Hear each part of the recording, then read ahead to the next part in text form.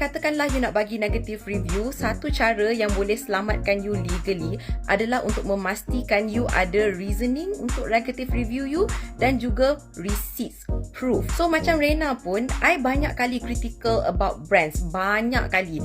Tapi bila I critical, I akan bagi tahu exactly kenapa I tak puas hati. I kalau boleh akan ada video untuk tunjuk korang kenapa benda ni I tak approve ataupun I tak suka. So these are the things that akan selamatkan you daripada you kena saman ataupun diugut saman tiba-tiba je. Another thing yang Rena nak sentuh, this is not legal but basic business acumen.